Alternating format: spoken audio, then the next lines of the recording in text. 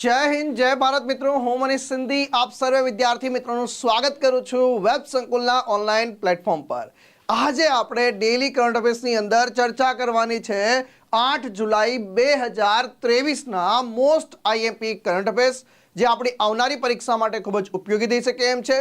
તો ચાલો ચર્ચાને આગળ વધારીએ અને ચર્ચાને આગળ વધારું એ પહેલા મારો અવાજ તમારા સુધી યોગ્ય રીતે પહોંચી રહ્યો હોય તો જરા ચેટ બોક્સમાં એક વખત જય હિન્દ લખી દેજો, જેથી મને ખ્યાલ આવી જાય કે મારો અવાજ અને વિડીયો બંને તમારા સુધી યોગ્ય રીતે પહોંચી રહ્યો છે।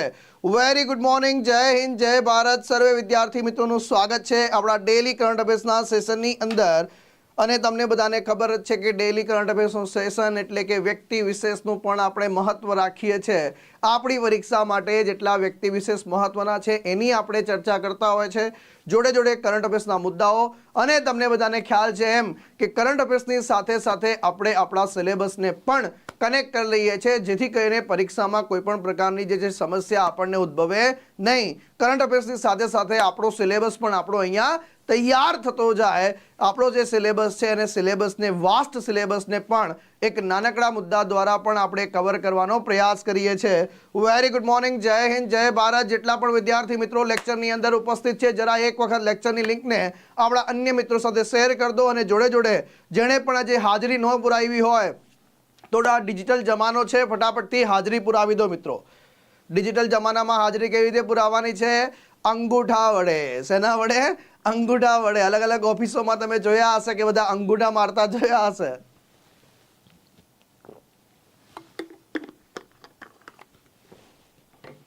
આઈ એમ એબ્સોલ્યુટલી ફાઇન એવરીવન। તમે બધા કેમ છો?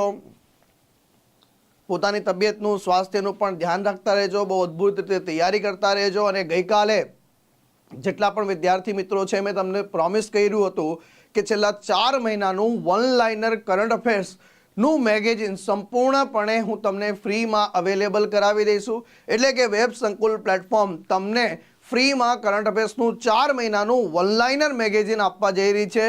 અને ગઈકાલે આપણી વેબ સંકુલ ઓફિશિયલ ટેલિગ્રામ ચેનલ ખાતે આપણે મેગેઝિનને અપલોડ પણ કરી દીધું છે તમારી આવનારી હાઈકોર્ટ પ્યુનની પરીક્ષા માટે। તો સંજોગો વસાત તમને ખ્યાલ છે કે મારા પિતાશ્રીનું અવસાન થયું છે, એટલા માટે હું લેક્ચર નહોતો બનાવી શક્યો, પણ તમારી તૈયારી ક્યાંય પણ અટકવી જોઈએ નહીં, એ વેબ સંકુલનો ધ્યેય છે। અને એટલા માટે જે છે વેબ સંકુલમાં સંપૂર્ણપણે જે છે આપણા 4 મહિનાના ડેલી કરંટ અફેર્સના બધા જ મુદ્દાઓનો સમાવેશ આપણે વન લાઇનર કરંટ અફેર્સ મેગેઝિનમાં કરી લીધો છે। એનું સંપૂર્ણ રિવિઝન અને ક્વિક રિવિઝન થાય એવો પ્રયાસ આપણે કર્યો છે, અને આઈ હોપ સો કે તમે એ મેગેઝિનને પણ ડાઉનલોડ કરી લીધું હશે। કેટલા વિદ્યાર્થી મિત્રો છે કે જે મેગેઝિનને ડાઉનલોડ કરી લીધું છે ભાઈ? ચલો તો આગળ વધીએ। સૌથી પહેલા એક નાનકડી માહિતી તમને આપી દઉં। વેબ સંકુલ અમદાવાદ ખાતે જે છે જનરલ ક્લાસ 3ની જે છે આપણી ઓફલાઈન બેચ શરૂ થઈ રહી છે। આ ઓફલાઈન બેચ જે છે સાહેબ ક્યારે થઈ રહી છે? તો 10 જુલાઈના રોજ। સાહેબ સમય શું રહેશે? 4 થી 6 નો રહેશે સાહેબ, અમદાવાદ બ્રાન્ચ ખાતે। 5 દિવસ ફ્રી ડેમો લેક્ચર છે। પહેલો ડેમો લેક્ચર જે છે વન એન્ડ ઓનલી જે છે સંદીપ ભૈયા, હે ને એટલે કે સંદીપ સરનો જે છે ડેમો લેક્ચર છે। એના પછી જે છે 11 જુલાઈ ચિરાગ સર, ત્યાર પછી 12 જુલાઈ વાળા વન એન્ડ ઓનલી મિત્ર પરમ મિત્ર અક્રમ સેરસરિયા સર, પછી આપણા શૈલેષ સર, અને પછી જિજ્ઞેશ સરનો જે છે ડેમો લેક્ચર છે। તો ટોટલ આ 5 દિવસના ફ્રી ડેમો લેક્ચર છે। આજે જ પોતાનું નામ આમાં રજીસ્ટર કરાવી દેજો, જેથી તમને પણ જે છે આ ફ્રી ડેમો લેક્ચરનો લાભ મળી શકે, અને ડેમો લેક્ચર અટેન્ડ કરો અને પછી જે છે સરસ મજાની રીતે આપણે ક્લાસ જોઈન કરજો। પણ પહેલા ડેમો લેક્ચર અટેન્ડ કરવાનું ભૂલતા નહીં, હે ને? વાહ વાહ વાહ Pushpa sir, yes absolutely right. ચાલો તો પહેલો પ્રશ્ન તમારી સ્ક્રીન પર આ રહ્યો, જરા ફટાફટથી નજર કરજો। વીપીસી પછી આપણા દેશના વડાપ્રધાન કોણ બન્યા હતા? વીપીસી પછી આપણા દેશના વડાપ્રધાન કોણ બન્યા હતા? યસ, ભણેલા ગયા। ડિજિટલ જમાનો છે યાર, ભણેલા ગણેલા હોય તો ડિજિટલ અંગૂઠો મારવો પડે છે આજકાલ। યસ, વેબ સંકુલ હોય એટલે ડેમોની જરૂર નથી, જો એક મિત્રએ પણ લખ્યું છે। તેમ છતાં આપણે ડેમો લેક્ચર રાખીએ છીએ। ચલો ભાઈ, વીપીસી પછી જે છે આપણા દેશના વડાપ્રધાન કોણ બન્યા હતા? એ બાપરે, गजब हो रहा है। तो भाई क्वेश्चन के जवाब जो है अलग अलग बहुत आ रहे हैं, है ना, डिफरेंट डिफरेंट आंसर मिल रहे हैं हमें। अरे विकास भाई केम छो? विकास भाई प्रजापति, वाह वाह वाह, શું અદ્ભુત નામ છે યાર। આ વિકાસ પ્રજાપતિ સાહેબનું નામ સાંભળીને એમ વિકાસ નામ આવે એટલે આપણને એક પ્રકારની શું છે કે અંદરથી એક પ્રકારનું શું કહેવાય કે સન્માનની ભાવના જાગી જાય છે। ચલો તો જવાબ શું આવશે? તો ચંદ્રશેખર। શું આવશે ભાઈ? Chandrashekhar. A is the right answer. કોણ આવશે ભાઈ? A is the right answer my dear friend. જરા ફટાફટથી બસ થોડા થામા રાખો, થોડા થામા રાખો। જવાબ આવી ગઈ, જીવનમાં શાંતિ થઈ ગઈ છે, હવે આવી જાઓ, હે ને। ચલો તો હવે ચંદ્રશેખર જે છે એ ભારતના કયા નંબરના? 8મા વડાપ્રધાન। અને જો પૂર્વ વડાપ્રધાન, માજી વડાપ્રધાન છે, એમના વિશે પરિચય જાણવો ખૂબ જરૂરી છે। તમે સ્પર્ધાત્મક પરીક્ષાના એસ્પિરન્ટ છો તો આપણા દેશના અલગ અલગ વડાપ્રધાન, એમના વિશે જે છે ડિટેલમાં માહિતી તમને યાદ હોવી જોઈએ। અને તમે જે છે આ પ્રકારના ભારતના વડાપ્રધાનની માહિતી શોધવા બેસો છો તો કોઈ એક પુસ્તકમાં સરસ રીતે બધી માહિતી પ્રાપ્ત થતી નથી। પણ જો તમે મનીષ સરના લેક્ચર અટેન્ડ કર્યા હોય, વેબ સંકુલના પ્લેટફોર્મ પર જોડાયેલા હોય તો તમને આ પ્રકારનો કોઈ ઇસ્યુ આવશે નહીં। ચલો તો શું આવશે ભાઈ? જન્મ 17 એપ્રિલ 1927। ક્યારે? 17 એપ્રિલ 1927ના રોજ એમનો જન્મ કઈ જગ્યાએ? ઉત્તર પ્રદેશના બલિયા જિલ્લાની ઇબ્રાહીમપટ્ટી ગામમાં। કયા ગામમાં? ઇબ્રાહીમપટ્ટી ગામમાં થયો હતો। ત્યાર પછી અવસાનની વાત કરીશું, એટલે કે આજના દિવસે 8 જુલાઈ 2007ના રોજ નવી દિલ્હી ભારત ખાતે। તો આજે એમની થઈ પુણ્યતિથિ। શું થઈ મિત્રો? આજે પુણ્યતિથિ જે છે તો એમની પુણ્યતિથિ વિશે ખાસ ધ્યાન રાખજો। અને ત્યાર પછી જે છે તેઓ ભારત દેશના પ્રથમ ભારતીય વડાપ્રધાન હતા જેમણે જ્યારે ક્યારે અગાઉ કોઈ સરકારી પદ સંભાળ્યું ન હતું। ધ્યાન રાખજો, ભારત દેશના એકમાત્ર વડાપ્રધાન। અહીંયા જરા સ્ટાર કરજો માય ડિયર ફ્રેન્ડ્સ, પરીક્ષા માટે ખૂબ જરૂરી। એકમાત્ર આપણા દેશના જે છે વડાપ્રધાન કે જેમણે એના પહેલા વડાપ્રધાન બનતા પહેલા કોઈ પણ સરકારી પદ સંભાળ્યું ન હતું। કોઈ પણ સરકારી પદ પર ન હતા, હે ને, કોઈ પણ સરકારી પદ ઉપર નહોતા। ત્યાર પછી આગળ વધીએ, તેમની સરકારને એક પ્રકારે શું કહેતા હતા? કઠપૂતળી સરકાર। યાદ રાખજો, કયા વડાપ્રધાનની સરકારને કઠપૂતળીની સરકાર અથવા લંગડા બતક, લેમ ડક, શું છે ભાઈ? અથવા જે છે લેમ ડક સરકાર તરીકે કોને ઓળખવામાં આવતું હતું? પરીક્ષામાં પૂછાઈ ગયેલો પ્રશ્ન છે। લોકસભામાં સૌથી ઓછા પક્ષના સાંસદો સાથે એમણે સરકારની રચના કરી હતી। બળવો કરીને પછી જે છે ગમે તેમ કહીને પ્રધાનમંત્રી બન્યા સાહેબ। વાહ વાહ વાહ। અચ્છા, કોનો બર્થડે છે? અરે વિકાસભાઈનો બર્થડે છે, તો વિકાસભાઈ જન્મદિવસની ખૂબ ખૂબ શુભેચ્છાઓ। ભગવાન કરે કે આવી રીતે તમે મહેનત કરતા રહો અને તમારા મહેનતનું યોગ્ય પુણ્ય તમને તમારી પરીક્ષામાં પ્રાપ્ત થાય સાહેબ। વાહ વાહ, વેરી ગુડ વેરી ગુડ, ખૂબ સરસ। 1977 થી 1988 દરમિયાન જનતા પાર્ટીનું અધ્યક્ષ પદ એમણે ધારણ કર્યું હતું। અને આપણા દેશના કયા વડાપ્રધાનને યંગ તર્કની ઉપાધિ મળી હતી? યંગ તર્કનું બિરુદ પ્રાપ્ત થયું હતું। તો જવાબ આવશે ચંદ્રશેખર।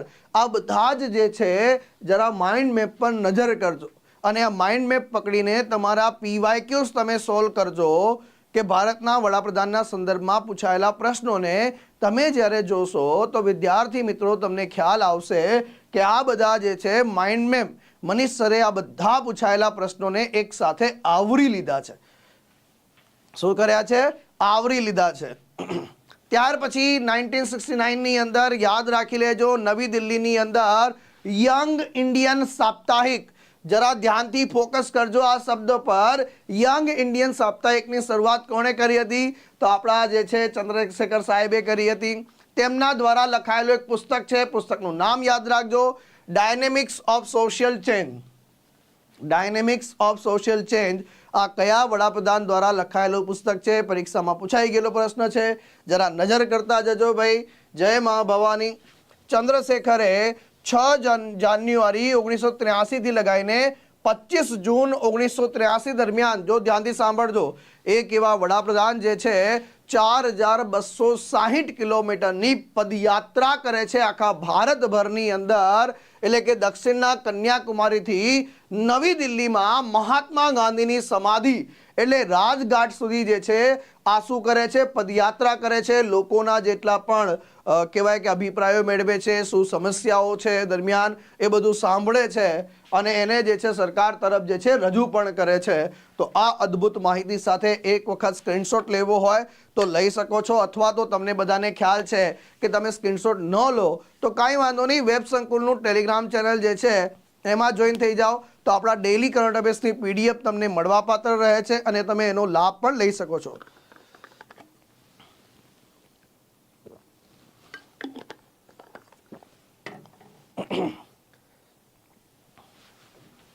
ચલો આગળ વધીએ.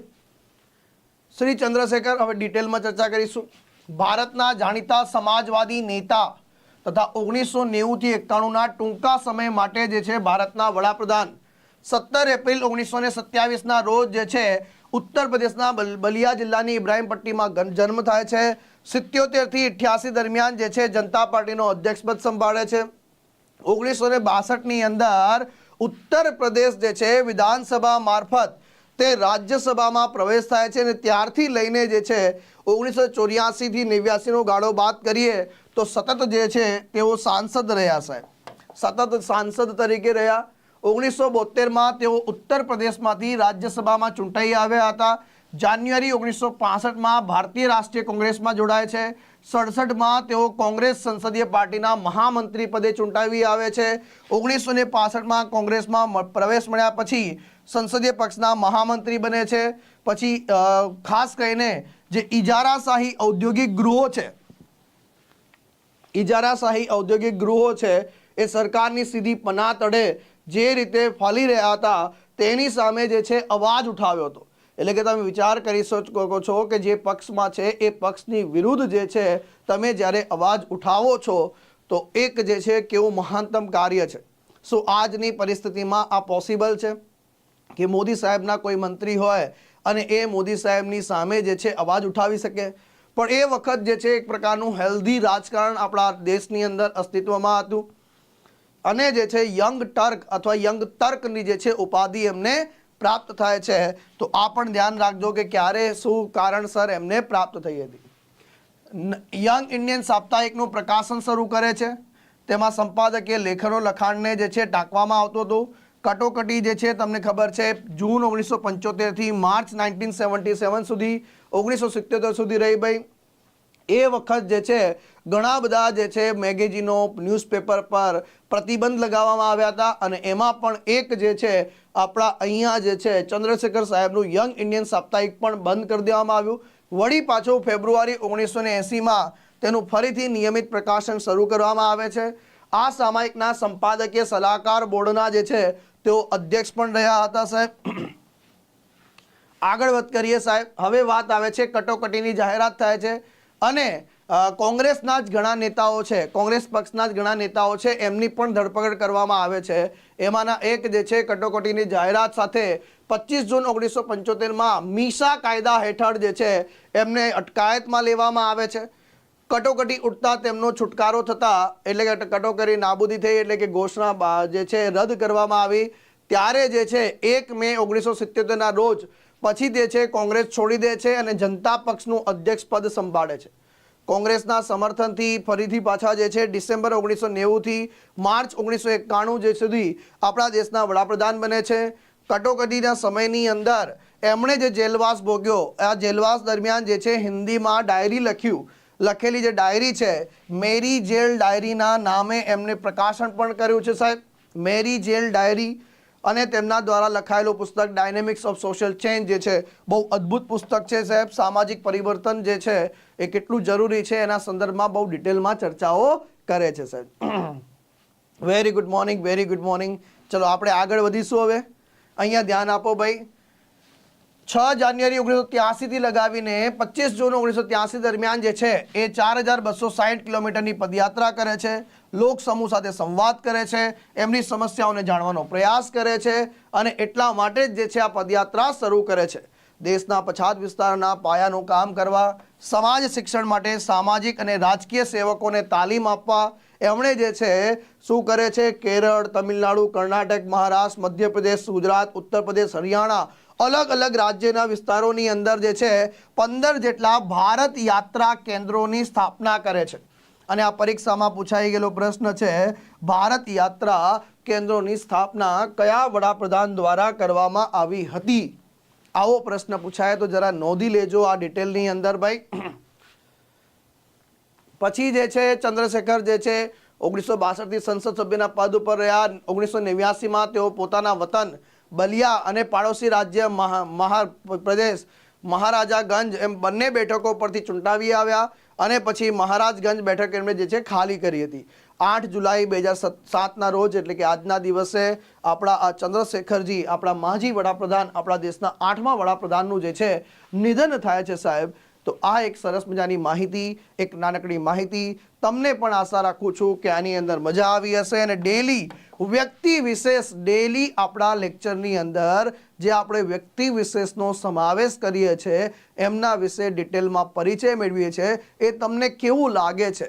શું ખરેખર તમને આ વ્યક્તિ વિશેષ વિશે જાણીને ખરેખર મજા આવે છે કે પછી નથી મજા આવતી? એ પણ જરા મને ચેટ બોક્સમાં કહેજો તો મને પણ ખ્યાલ આવે કે તમને બધાને કેવું લાગે છે.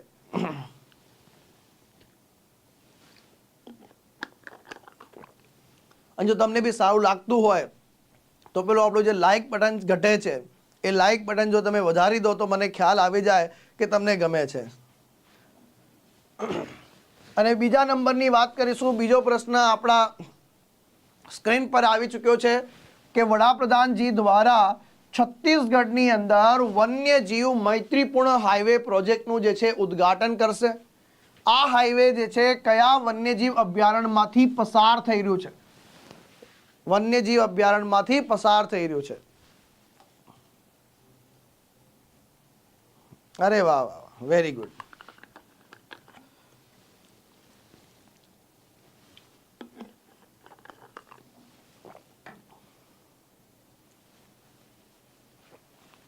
Thank you Hardikbhai, thank you so much. Thank you Shivani. ચલો ફટાફટ હવે જવાબ પર આપીશું ભાઈ અહીંયા. Yes, very good. જો હર્ષવર્ધનભાઈએ ઈ કરી દીધું. સાહેબ આપણને ખબર નથી એટલે ઈ. જો આ જે છે એક માનસિક હેબિટ જે છે આપણે બનાવવી જોઈએ. પેપરમાં પણ આપણને જવાબ ન આવડતો હોય તો ઈ તરફ આપણે ધ્યાન આપવું જોઈએ. શું આવશે?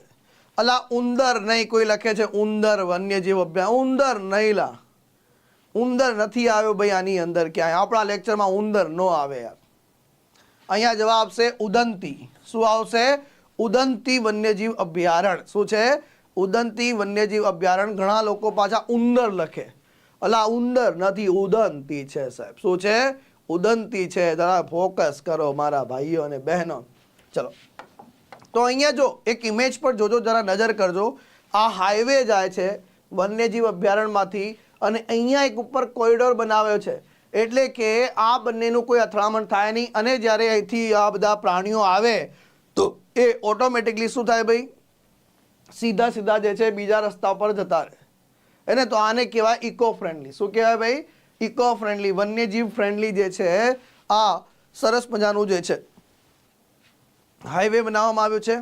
તો વડાપ્રધાન નરેન્દ્ર મોદીજીએ છત્તીસગઢમાં 6 lane green field Raipur Visakhapatnam કોરિડોરના છત્તીસગઢ વિભાગની અંદર જે છે 3 રાષ્ટ્રીય ધોરીમાર્ગ પ્રોજેક્ટનું નિર્માણનું ઉદ્ઘાટન કર્યું છે. આ પ્રોજેક્ટનું એક સૌથી મહત્વપૂર્ણ પાસું જે કહેવાય એ છે ઉદંતી વન્યજીવ વિસ્તાર છે, જે 2.8 કિલોમીટર લાંબો છે. કેટલો છે ભાઈ? 2.8 કિલોમીટર લાંબો છે. 6 લેન ટનલ સાથે જે છે પ્રાણીઓના પાસ અને 17 વાંદરાઓની કેનોપીનો સમાવેશ થાય છે, જે વન્યજીવોને જે છે કોઈ પણ પ્રકારની જે છે એ અટકાયત ન થાય. મને કહે કે વ્હીકલ આવ્યું છે તો અહીંયા જે છે વન્યજીવ ઊભા નહીં રહી શકે. એ ઓટોમેટિકલી અવિરતપણે જે છે પોતે ચાલતા રહે, પોતાની સફર જે છે ચાલુ રાખે, એવું ધ્યાન રાખવામાં આવ્યું છે આની અંદર સાહેબ. શું કરવામાં આવ્યું છે? ધ્યાન રાખવામાં આવ્યું છે. આ જ અભિગમનું એક ઉત્તમ ઉદાહરણ કઈ જગ્યાએ છે? આવું જ બીજું તો દિલ્હી દેહરાદૂન ઇકોનોમિક કોરિડોર છે, જ્યાં ડિસેમ્બર 2021માં જે છે શિલાન્યાસ કરવામાં આવ્યો હતો. અને આ જે કોરિડોર છે એ એશિયાનો સૌથી મોટો વાઇલ્ડ લાઈફ એલિવેટેડ કોરિડોર છે, જે 12 કિલોમીટર સુધી ફેલાયેલો છે. એટલે કે દિલ્હી દેહરાદૂન ઇકોનોમિક કોરિડોર જે છે 12 કિલોમીટર સુધી ફેલાયેલો છે, જે વન્યજીવો માટે જે છે કોઈ પણ પ્રકારના પ્રતિબંધ વગર, એટલે કે પ્રતિબંધિત વિસ્તાર વગર જે છે એમને મૂવ કરવાની જે છે એ મંજૂરી આપે છે. અને સાથે સાથે જે છે આ હાઈવેને પણ સફર જે છે શરૂ રહે છે. એટલે બંને, એટલે કે અહીંયા આપણે માનવીઓ અને પ્રાણીઓ બંને એક સાથે જીવી શકે એક પ્રકારનું ઉદાહરણ છે સાહેબ, હે ને સાહેબ? માણસ નથી કે સીધા રસ્તે જાય, ના, માણસ કરતાં ઘણા હોશિયાર હોય પ્રાણીઓ છે ને સાહેબ, એ માણસ કરતાં ઘણા સારા હોય છે અને એ જે છે વફાદાર પણ હોય છે. તમે કદાચ જોજો કે તમારી આજુબાજુ જે છે સ્ટ્રીટ ડોગ, એટલે કે જે આપણા જે શેરીઓની અંદર જે કૂતરાઓ ફરતા હોય છે, કદાચ તમે જે છે એને 4 દિવસ જે છે કંઈક જમવાનું આપજો સાહેબ, એ જીવનભર સુધી તમારું ઋણ નહીં ભૂલે સાહેબ. એ માણસ કરતાં બહુ વફાદાર હોય છે, હે ને? આપણે જોયું પણ છે સાહેબ. એ તમે એને 4 વખત રોટલી આપજો સાહેબ, એ જીવનભર સુધી તમારું ઋણ નહીં ભૂલે. ગાયની વાત કરીએ સાહેબ, ગાય, તમને ખ્યાલ હોય તો મારા ઘરે હિંમતનગરની અંદર જે છે સાહેબ, હું રોજ ગાયને રોટલી ખવડાવું. રોજ સવારે જે છે હું ઉઠું અને તરત જે છે, અને મારું ઉઠવાનું સવારનું રૂટીન પણ હતું કે ગાય અમારા દરવાજે આવીને સાહેબ, જે માણસ દરવાજો ખખડાવતો હોય ને એવી રીતે અમારા ઘરે ગાય આવીને જે છે દરવાજો ખખડાવતી, સિસ્ટમેટિક બધમાં સાહેબ, શિસ્તબદ્ધ રીતે સાહેબ. અને જે છે 2 થી 3 વખત ખખડાવે અને કદાચ કોઈ કારણસર ઘરે ન હો તો પછી જે છે ચાલવા માંડે. બોલો. તો આ બધું તમે બધાએ જોયું પણ હશે, મહેસૂસ પણ કર્યું હશે સાહેબ. તો એક વખત જે છે આપણા કરતાં વધારે શિસ્તબદ્ધ રીતે આ લોકો જીવતા હોય છે. ઇમર્જિંગ પીસ મેકર્સ ફોરમની બીજી આવૃત્તિ કયા સ્થળે યોજાઈ છે? ઇમર્જિંગ, ઉભરતા પીસ મેકર્સ ફોરમની જે છે બીજી આવૃત્તિ કઈ જગ્યાએ યોજવામાં આવી છે? જો બીજી આવૃત્તિ છે, પીસ એટલે શાંતિ, શાંતિમાં જે લોકો પ્રયાસ કરે છે એ લોકોના, એટલે કે ઉભરતા. અને આખા દુનિયાની અંદર ધર્મના નામ પર ઘણા બધા જે છે વિખવાદો થતા હોય છે. એવું નથી કે આપણે ભારત દેશની અંદર હિન્દુ મુસલમાનના ઝઘડા જોયા છે. આવું જે છે અન્ય દેશોની અંદર અન્ય ધર્મો વચ્ચે પણ આવું થઈ રહ્યું છે. એટલે કે આખા વિશ્વ જે છે આ પ્રકારની સમસ્યાથી ઝઝૂમી રહ્યો છે. અને આ સમસ્યાનું સમાધાન કરવા માટે જે છે આ ઉભરતા, એટલે કે યંગ જે છે લોકો છે એ પ્રયાસ કરી રહ્યા છે કે વિશ્વની અંદર ધર્મના નામ પર આપણે કોઈ ઝઘડો ન કરીએ અને ભેગા થઈને સહિયારો પ્રયાસ કરીએ સાહેબ. એક માનવી જીવન જે છે મહામૂલ્ય આપણને જન્મ મળેલો છે, તો એનો યોગ્ય ઉપયોગ કરીએ અને આવનારી પેઢી માટે જે છે એક સારું ઉદાહરણ અને દ્રષ્ટાંત જે છે આપણે મૂકીને જઈએ સાહેબ. શું જવાબ આવશે આની અંદર? જય હિન્દ, જય હિન્દ. જવાબ આવશે જીનેવા ખાતે. શું આવશે ભાઈ? જીનેવા ખાતે. તમને બધાને ખ્યાલ હશે કે વર્લ્ડ હેલ્થ ઓર્ગેનાઇઝેશન, આનું હેડક્વાર્ટર ક્યાં આવેલું છે ભાઈ? તો તમે મને કહેશો સાહેબ આ તો જીનેવા ખાતે આવેલું છે. ઇન્ટરનેશનલ લેબર ઓર્ગેનાઇઝેશનનું હેડક્વાર્ટર ક્યાં આવેલું છે? તો સાહેબ જીનેવા ખાતે આવેલું છે. અને જે છે સાહેબ, અને આ ઉપરાંત કઈ કઈ સંસ્થાઓ છે જેનું હેડક્વાર્ટર જીનેવા ખાતે આવેલું છે એ તમારે પણ મારી સાથે કહેવાનું છે. શું છે? આ તમારે પણ મારી સાથે કહેવાનું છે. ચાલો ભાઈ, જવાબ અહીંયા આપણે ઇમર્જિંગ પીસ કીપર ફોરમની બીજી આવૃત્તિ જે છે એ જીનેવા સ્વિટ્ઝરલેન્ડમાં યોજાશે. World Council of Church and Rose Castle ફાઉન્ડેશનની ભાગીદારીમાં મુસ્લિમ કાઉન્સિલ ઓફ એલ્ડર્સ દ્વારા આનું આયોજન કરવામાં આવ્યું છે. 6 થી 14 જુલાઈ સુધી ચાલવાનું છે અને વિશ્વભરના 50 યુવાનોની ભાગીદારીનું આ સાક્ષી બનશે. આ ઇમર્જિંગ પીસ કીપર ફોરમની પહેલી આવૃત્તિ ક્યાં યોજાઈ હતી? 2017માં બ્રિટિશ રાજધાની લંડન ખાતે જે છે યોજાઈ હતી. એટલે કે અહીંયા લોકો પ્રયાસ કરે છે કે આપણે જે ક્રિશ્ચન ધર્મ છે અને પછી મુસ્લિમ ધર્મ છે એના જે છે એક સામે સામે જે છે આરોપ લગાવવાની જગ્યાએ આપણો દરેક ધર્મ જે છે શાંતિ શીખવાડે છે. દરેક ધર્મ જે છે બીજા માનવીનું સન્માન કરવાનું આપણને શીખવાડે છે. તો આપણે દરેક જે છે વ્યક્તિને સન્માનિત રાખીએ, કોઈનું અપમાન ન કરીએ, કોઈના ધર્મ વિશે ખોટું ન બોલીએ, કોઈની ધાર્મિક લાગણી ન દુભાય એવો આપણે પ્રયાસ કરીએ. અને જે છે આપણે કહેવાય કે એક સાથે વસુદેવ કુટુંબકમ, આપણે બધા એક ફેમિલી છે, આ ફેમિલીની તર્જ પર બધા એક સાથે જે છે પ્રોગ્રેસ કરીએ. કેવું અદ્ભુત જે છે આ પ્રયાસ કરવામાં આવી રહ્યો છે. બાસ્કેટબોલ ફેડરેશન ઓફ ઇન્ડિયાના પ્રમુખ તરીકે, અધ્યક્ષ તરીકે કોણ ચૂંટાવી આવ્યા છે? બાસ્કેટબોલ ફેડરેશન ઓફ ઇન્ડિયાના અધ્યક્ષ તરીકે કોણ ચૂંટાવી આવ્યા છે?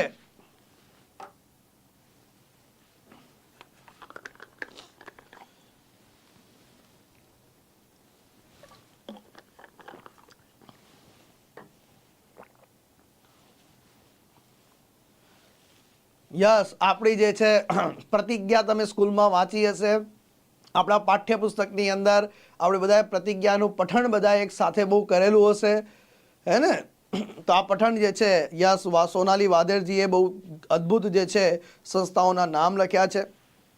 કેટલા મિત્રોએ સ્કૂલની અંદર, બધા ભારતીયો મારા ભાઈ બહેન છે.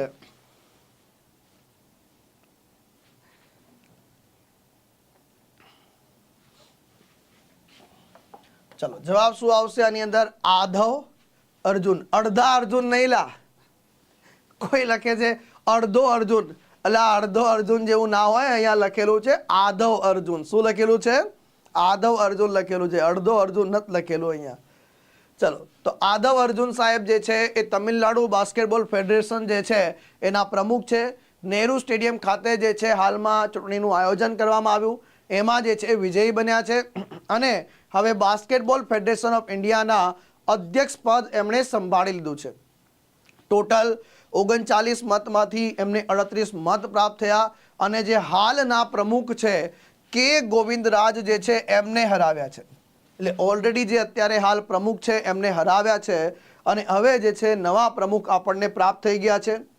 ભૂતપૂર્વ ખેલાડી અને મધ્યપ્રદેશ બાસ્કેટબોલ એસોસિએશનના પ્રમુખ કુલવિંદરસિંહ ગિલ જે છે એ મહાસચિવનું પદ પ્રાપ્ત કર્યું છે. આ બાસ્કેટબોલ ફેડરેશન ઓફ ઇન્ડિયાની અંદર જે ચૂંટણીઓ યોજાઈ છે એની અંદર નવા જે છે પ્રમુખ અને મહાસચિવ જે છે BFI ના પ્રાપ્ત થઈ ચૂક્યા છે. હવે જો બાસ્કેટબોલ ફેડરેશન ઓફ ઇન્ડિયા વિશે વાત કરીએ, સોરી,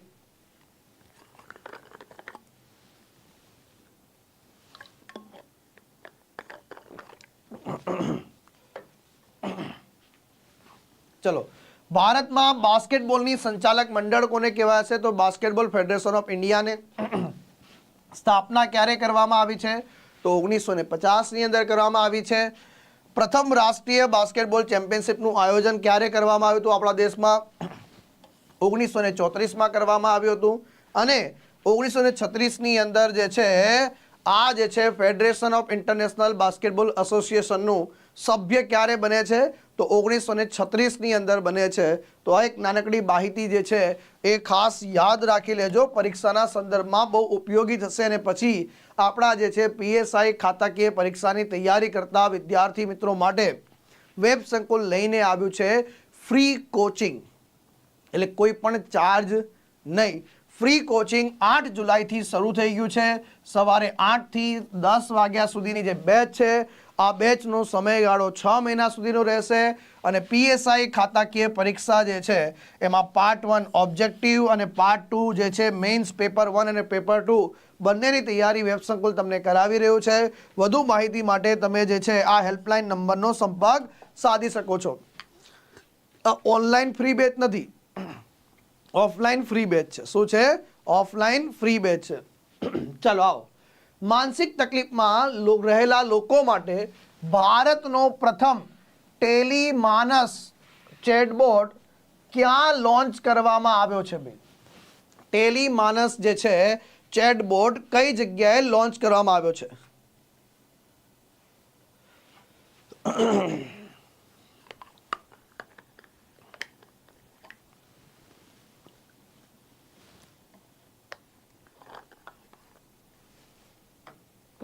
અને હા ભાઈ, વેબ સંકુલની આપણી જે છે તમે ઓફિશિયલ યુટ્યુબ ચેનલને સબસ્ક્રાઇબ ન કરેલી હોય તો અત્યારે જ સબસ્ક્રાઇબ કરી લેજો. ઘણી બધી અદ્ભુત સરપ્રાઈઝો પણ હું તમારા તરફ લઈને આવી રહ્યો છું. ચાલો, તો જવાબ આવશે આમાં જમ્મુ કાશ્મીર. કઈ જગ્યાએ લોન્ચ કરવામાં આવ્યું છે? જો આજે તો શું વાત છે યાર, ધોવાણ પે ધોવાણ, આજ તો ધોવાણ પે ધોવાણ. તો આ ધોવાણની બાબત ઉપર તમે બાલ વાટિકામાં, જેમ અમારા રાહુલભાઈ કહે છે કે સાહેબ આ બાલ વાટિકામાં ભણે છે, પણ તમે બાલ વાટિકામાં નથી ભણતા, પેલું લાઈક અને શેર થઈ જાય હે ને. તો અહીંયા જવાબ આવશે જમ્મુ કાશ્મીર. શું જવાબ આવશે ભાઈ? જમ્મુ કાશ્મીર. તેલંગાણા તો શાના માટે આવશે? પેલું ગ્રીન બિલ્ડિંગ એવોર્ડ. શેના માટે આવશે? Green building award. પછી કદાચ તમને એમ કે 5 ટોટલ બિલ્ડિંગ છે કે તેલંગાણાના જેને ગ્રીન બિલ્ડિંગ એવોર્ડ પ્રાપ્ત થયા છે. આ ઉપરાંત કોઈ એમ પૂછી લે કે રોબોટિક ફ્રેમવર્ક લાગુ કરનારું, રોબોટિક ફ્રેમવર્ક લાગુ કરનારું પ્રથમ રાજ્ય કયું? તો સાહેબ તેલંગાણા આવશે. પરંતુ કોઈ તમને એમ પૂછે કે રાઇટ ટુ હેલ્થ, સ્વાસ્થ્યનો અધિકાર, રાઇટ ટુ વિઝન આપનારું પ્રથમ રાજ્ય કયું? તો સાહેબ રાજસ્થાન. પણ કોઈ પૂછી લે કે રાઇટ ટુ વોક વાળું રાજ્ય કયું? તો સાહેબ જવાબ આવશે પંજાબ. શું આવશે? પંજાબ જવાબ આવશે. તો આટલી બાબતો, આટલી ડિટેલ આપણે ખાસ યાદ રાખી લેવાની છે. અને અહીંયા તમે આ જોઈ શકો છો, Jammu Kashmir gets India's first TeleMANAS chatbot for 24/7 health care services માટે, એટલે કે આરોગ્યની સર્વિસો માટે. અને અહીંયા ભારત સરકારની પણ ઓફિશિયલ છે ટેલિમાનસ જે છે, આ હેલ્પલાઇન છે. આ ટોલ ફ્રી નંબર કયો છે? 14416. કયો છે? 14416 144 16. અને જો 1800 891 44 16 પાછળ જે છે, અહીંયા ધ્યાન રાખજો, આ હેલ્પલાઇન નંબર છે. મોર દેન જે છે અહીંયા ઘણા બધા કોલ ને બધું આવે છે. ચેટબોટ છે, ચેટબોટ માટે જે છે આ ચેટબોટ માટેનો જે વોટ્સઅપ નંબર છે એ કયો છે? 9797600601 જે છે ટેલિમાનસ ચેટબોટ જે છે, આ નેશનલ હેલ્થ મિશન અંતર્ગત જમ્મુ કાશ્મીરમાં લોન્ચ કરવામાં આવ્યો છે. ભારતનો પહેલો જે છે આ માનસિક સ્વાસ્થ્ય માટે જે છે ટેલિમાનસ નામનો જે છે આ ચેટબોટ લોન્ચ કરવામાં આવ્યો છે. જમ્મુ કાશ્મીરના ઉપરાજ્યપાલ તરીકે કોણ છે? મનોજ સિન્હાજી બિરાજમાન છે. કોણ બિરાજમાન છે? મનોજ સિન્હાજી બિરાજમાન છે. ભારતનો પ્રથમ ટેલિમાનસ ચેટબોટ લોન્ચ કરવામાં આવ્યો છે. પણ ઠહેરો, પરીક્ષામાં પેપર સેટર હોશિયાર છે. એ શું કહેશે કે ટેલિમાનસ જે છે આનું પૂરું નામ શું છે? તો Tally mental health assistant and networking across states. આ જે છે અહીંયા જે છે આનું પૂરું નામ છે, જરા નોંધી લેજો. આની અંદર કેન્દ્રીય બજેટ 2022ની વાત કરીશું તો ભારતમાં રાષ્ટ્રીય ટેલી મેન્ટલ હેલ્થ પ્રોગ્રામની જાહેરાત કયા બજેટમાં કરવામાં આવી હતી એ પણ જોડે જોડે ખાસ યાદ રાખી લેજો. શું છે એ પણ જરા યાદ રાખી લેજો.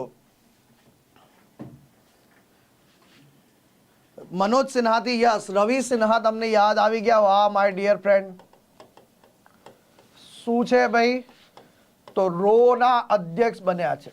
શું બન્યા છે? રોના અધ્યક્ષ બન્યા છે.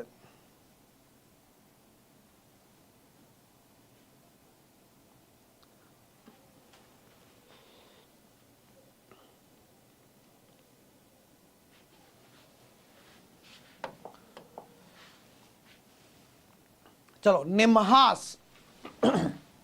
નિમહાંસ જે છે એના વિશે પણ ખાસ યાદ રાખી લેજો. એટલે કે National Institute of Mental Health and neuro sciences એ બેંગ્લોર ભારતમાં આવેલી એક તબીબી સંસ્થા છે સાહેબ.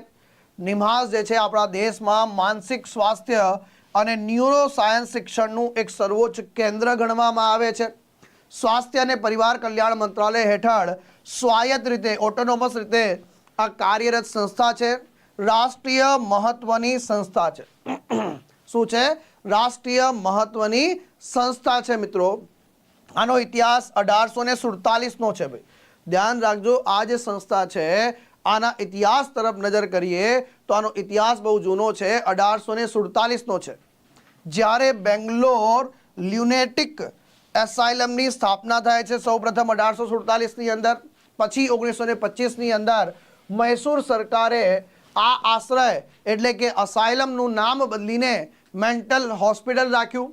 અને પછી જે છે આ મૈસૂર સરકારી માનસિક હોસ્પિટલ જે છે ભારતની પહેલી જે છે મનોચિકિત્સામાં અનુસ્નાતક જે છે તાલીમ આપતી આ ભારતની જે છે પહેલી સંસ્થા બની હતી, પહેલી હોસ્પિટલ બની હતી. એ પણ ખાસ આની અંદર ધ્યાન રાખજો ભાઈ.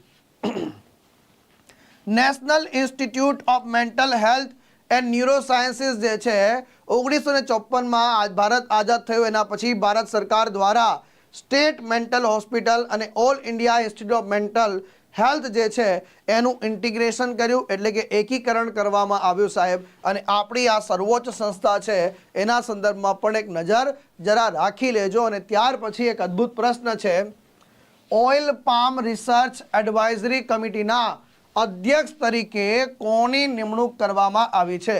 ડોક્ટર નિર્જા ગુપ્તા, સુનીતા અગ્રવાલ, અભિષેક તિવારી, નિર્જા પ્રભાકર.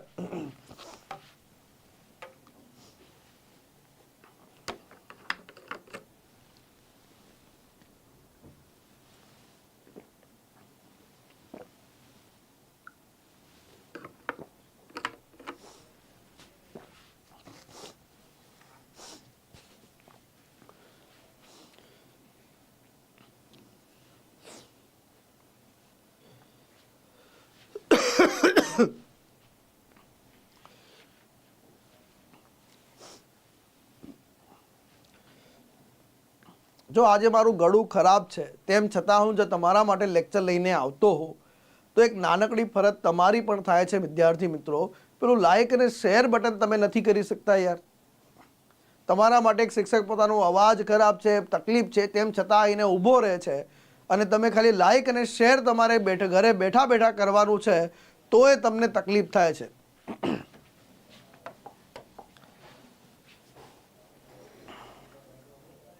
ચલો જવાબ શું આવશે આની અંદર? નિર્જા પ્રભાકર. શું આવશે ભાઈ? નિર્જા પ્રભાકર આવશે.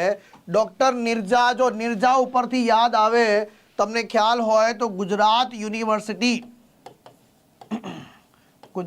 યુનિવર્સિટી ના પ્રથમ મહિલા કુલપતિ.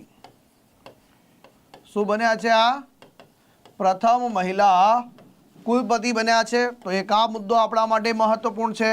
સુનીતા અગ્રવાલ પરથી નામ યાદ આવે તો ગુજરાત હાઈકોર્ટના બીજા મહિલા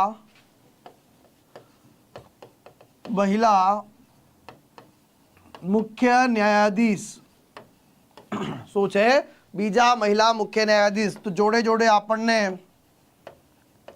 પ્રથમ મહિલા મુખ્ય ન્યાયાધીશ નું નામ પણ યાદ આવવું જોઈએ ભાઈ. શું જવાબ આવશે? સોનિયાબેન ગોકાણી.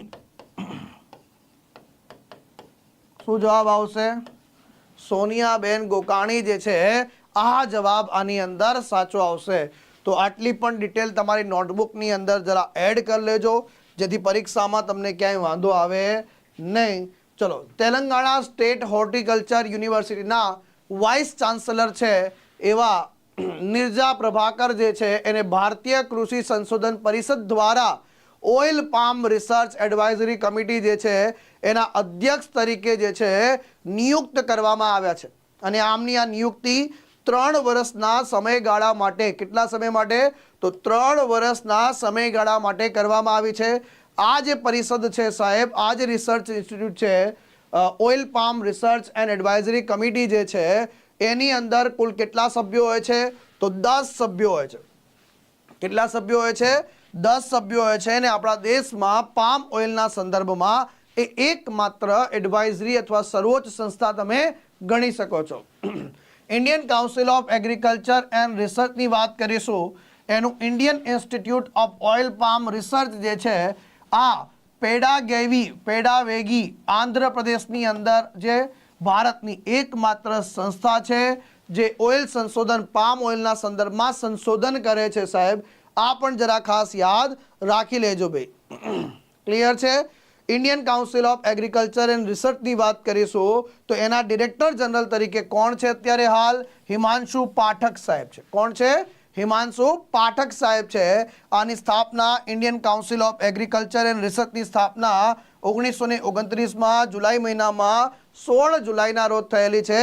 हेडक्वार्टर मुख्य मथक नवी दिल्ली खाते आवेलू छे। क्या आवेलू छे? नवी दिल्ली खाते आवेलू छे। आ पण जरा खास ध्यान राखी लेजो, परीक्षाना संदर्भमां एक अद्भुत प्रश्न आमांथी बनी शके छे। चलो आगळ वधीए।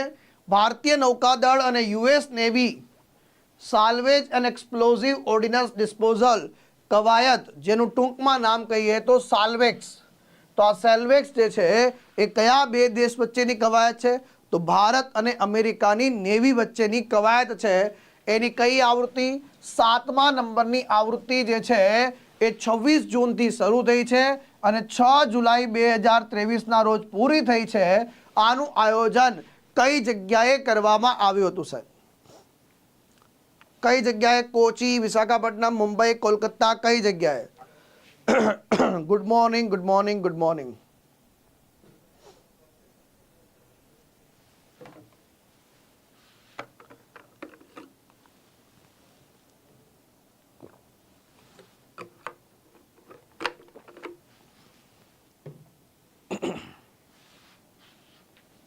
चलो भाई,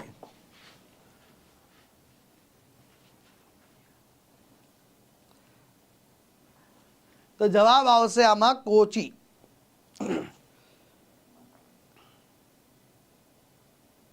कई जग्याए आयोजन करवामां आवे छे? जो आजे पण धोवाण थई गयुं बधानुं अद्भुत रीते। बधा कहे એટલે कोची, कोसी नहीं ला, कोची आवशे। है ने? आजे पण धोवाण थई गयुं बहु सारी रीते। આજે લગભગ મેજોરિટી બધા વિદ્યાર્થી મિત્રોનું ધોવાણ થઈ રહ્યું છે। એનું કારણ છે કે તમે આ બધા ટોપિક જે છે તમારા હાથમાં આવતા નથી અને તમે જે જગ્યાએ ભણીને આવો છો એમાં તમને ભણાવવામાં આવતા નથી। તો 7મી આવૃત્તિ છે ભારતીય નેવી અને અમેરિકાની નેવી વચ્ચેની।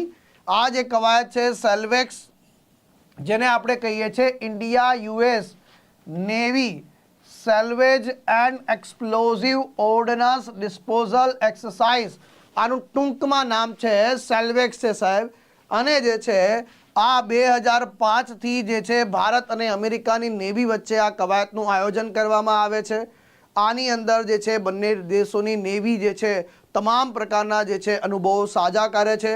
આ ઉપરાંત યુદ્ધ અભ્યાસ એક અન્ય કવાયત છે। युद्ध अभ्यास आपण भारत अने अमेरिका वच्चेनी छे। कोप इंडिया आपण भारत अने अमेरिका वच्चेनी कवायत छे भाई। आपण तमने ख्याल हशे, युद्ध अभ्यासनी वात करो, कोप इंडियानी वात करो, भारत अने अमेरिकानी वच्चे मालाबार सैन्य कवायतनी वात करीशुं तो 1992 मां आनी शरूआत जे छे ए भारत अने अमेरिका वच्चे थई हती भाई। પછી 2015 ની અંદર જે છે આની અંદર જાપાન પણ જોડાઈ જાય છે। આની અંદર જાપાન પણ જોડાઈ જાય છે સાહેબ। વરસાદ સિઝન ચાલે છે એટલે ધોવાણ થાય છે। તો આ જે છે 2015 માં જાપાન પણ જોડાઈ જાય છે। 2020 માં પહેલી વખત ક્વાડ ગ્રુપના બધા દેશો એક સાથે ભાગ લે છે, એટલે કે ભારત, અમેરિકા, જાપાન અને પછી આની અંદર ઓસ્ટ્રેલિયા પણ જોડાઈ જાય છે। क्वाड ग्रुप पर थी याद आवे कि क्वाड जे छे 2023 નું આયોજન કઈ જગ્યાએ કરવામાં આવ્યું હતું ભાઈ? તો ઓસ્ટ્રેલિયા ખાતે કરવામાં આવ્યું હતું। ક્યાં કરવામાં આવ્યું હતું? ઓસ્ટ્રેલિયા ખાતે કરવામાં આવ્યું હતું। આ પણ ધ્યાન રાખજો ભાઈ। ક્લિયર છે? તો આ સરસ મજાની જે માહિતી છે એના સંદર્ભમાં ધ્યાન રાખજો ભાઈ। અને આગળ વધીએ। નીચેનામાંથી કઈ company micro blogging app threads launch કરી છે સાહેબ? અને જે છે છેલ્લા 2 દિવસમાં સૌથી વધુ ચર્ચામાં રહેલ ટોપિક, ચર્ચામાં રહેલ મુદ્દો એટલે કે સાહેબ આ થ્રેડ એપ લોન્ચ થઈ છે સોશિયલ મીડિયાની અને એણે જે છે સાહેબ રેકોર્ડ બનાવી દીધો સાહેબ। શું કર્યો છે? રેકોર્ડ બનાવી દીધા છે સાહેબ। રેકોર્ડ ઉપર રેકોર્ડ બનાવવા જઈ રહી છે, રેકોર્ડ ઉપર રેકોર્ડ બનાવી રહી છે। માત્ર સાહેબ આને જે છે 2 કલાકમાં 1 મિલિયન લોકો, એટલે 2 કલાકમાં 10 લાખ લોકોએ જે છે આને ડાઉનલોડ કરી અને પોતે રજીસ્ટર કરાવી દીધું અને અત્યારે તો લગભગ એ 18 મિલિયનથી વધુ થઈ ગયો છે 2 દિવસની અંદર। તો એક કલાકની અંદર જે છે 10-10 લાખ લોકો જે છે આને ઇન્સ્ટોલ કરી રહ્યા છે. આ ટ્વિટરની કમ્પેરિઝનમાં આને લોન્ચ કરવામાં આવ્યું છે. આ એક માસ્ટર બ્લાસ્ટર જે છે હુક છે એની અંદર. તો શું જવાબ આવશે આની અંદર? તો meta is the right answer. શું આવશે? Meta is the right answer. જો તમને ખ્યાલ હશે, એપલ પણ હાલમાં ચર્ચામાં હતું. જો ધ્યાનથી સાંભળજો, નોટ્સ બનાવજો વ્યવસ્થિત. એપલ પણ ચર્ચામાં હતું. એપલે પોતાનો જે છે સ્ટોર લોન્ચ કર્યો છે ભારતમાં. એમાં કઈ કઈ જગ્યાએ લોન્ચ કર્યો છે? તો એક મુંબઈ ખાતે અને એક નવી દિલ્હી ખાતે. માઇક્રોસોફ્ટ જે છે એનું છે ચેટ જીપીટી, હે ને. ગૂગલ જે છે એની સર્વિસ શરૂ કરી છે જેને નામ આપ્યું છે બાળ, ચેટ જીપીટીને ટક્કર આપવા માટે. હવે આ મેટા જે છે આપણે ફેસબુકનું જે છે જૂનું નામ છે, એટલે ફેસબુકનું નવું નામ છે મેટા. આને થ્રેડ એપ લોન્ચ કરી છે સાહેબ. અને ઘણા બધા રેકોર્ડ પ્રસ્થાપિત કર્યા છે. અને એક સરસ મજાની જોજો આ મીમ તમારા માટે જે છે આ લઈને આવ્યો છું કે after launching of Instagram threads launch કર્યા પછી જે ટ્વિટરની સામે આ લોન્ચ કરવામાં આવ્યું છે, તો આ ટ્વિટર ભાઈ જે છે, હવે જો બંને વચ્ચે લડાઈ ચાલી રહી છે કે મેં ઓરિજિનલ ટ્વિટર હું, બંને વચ્ચે બહુ અદ્ભુત લડાઈ ચાલી રહી છે.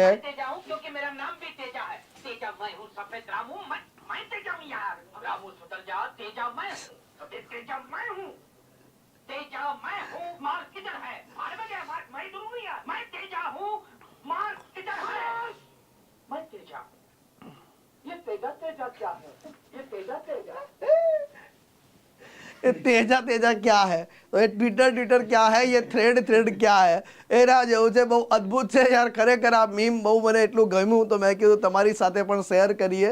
તો જે છે 7 કલાકની અંદર આને 10 બિલિયન, એટલે 7 કલાકની અંદર 1 કરોડ લોકો જે છે આની અંદર સાઇન અપ થઈ ગયા સાહેબ. ખાલી ડાઉનલોડ નથી કરી, સાઇન અપ પણ કરી છે. તો મેટા દ્વારા થ્રેડ એપ જે છે લોન્ચ કરવામાં આવી છે. મેટાએ ભારત સહિત 100થી વધુ દેશોમાં જે છે થ્રેડ એપ લોન્ચ કરી છે. માઇક્રો બ્લોગિંગ વેબસાઇટ ટ્વિટર જે છે સામે મેટાની થ્રેડ એપ આવી છે ભાઈ. એટલે ટ્વિટરમાં જે કંઈ પણ કાર્ય તમે કરો છો અત્યારે હાલ ટ્વિટર સૌથી વધુ ઉપયોગમાં લેવાય છે. અત્યારે હાલ જે છે ભાઈ એલન મસ્ક સાહેબ જે છે ફસાયેલા છે મોટી ડીલ લઈને, અને એવામાં જે છે માર્ક ઝુકરબર્ગ જે છે આપણે એન્ટ્રી કરી છે અને ભૂકા કાઢી નાખ્યા. શું કર્યા છે? ભૂકા કાઢી નાખ્યા છે. તો આ એપમાં ઇન્સ્ટાગ્રામ સાથે પણ તમે લોગિન કરી શકો છો. એટલે ઇન્સ્ટાગ્રામ એટલે ફટાફટ જો આને કહેવાય માસ્ટર સ્ટ્રેટેજી, જેમણે આમણે ઉપયોગ કરી છે. આમાં જે રાઇટિંગ મર્યાદા છે એ 500 શબ્દોની રાખવામાં આવી છે, જ્યારે ટ્વિટર પર 280 શબ્દોની છે. એટલે પહેલો જ એડવાન્ટેજ તમારી સાથે લઈને આવ્યા છે.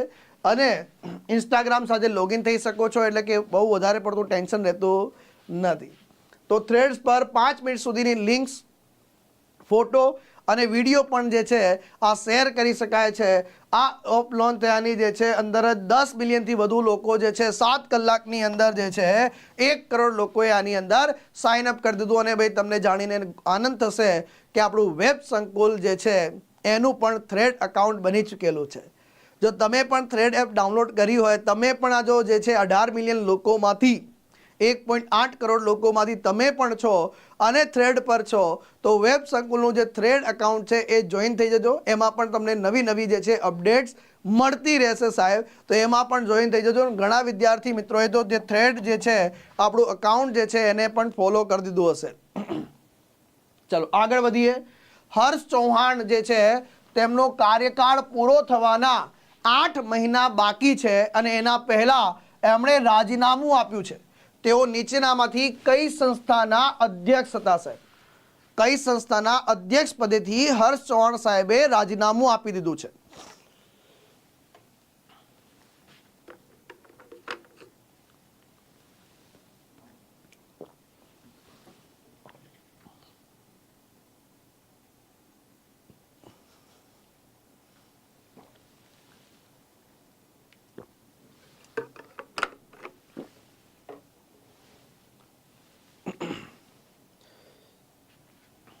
આશા રાખું છું કે તમે જે છે બંધારણીય સંસ્થાઓનો અધ્યયન કરતા હશો.